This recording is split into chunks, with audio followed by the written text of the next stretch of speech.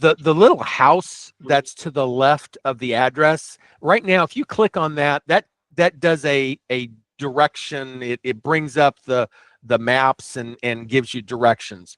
I'm working on a piece where if you click on it, it will give you a drop down, and it'll have a directions option. It'll also have a create property option.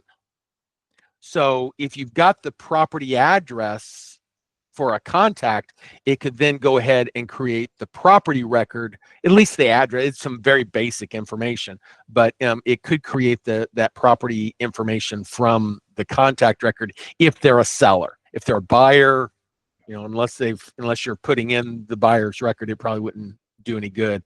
Same type of thing on the menu on the right hand side of that field.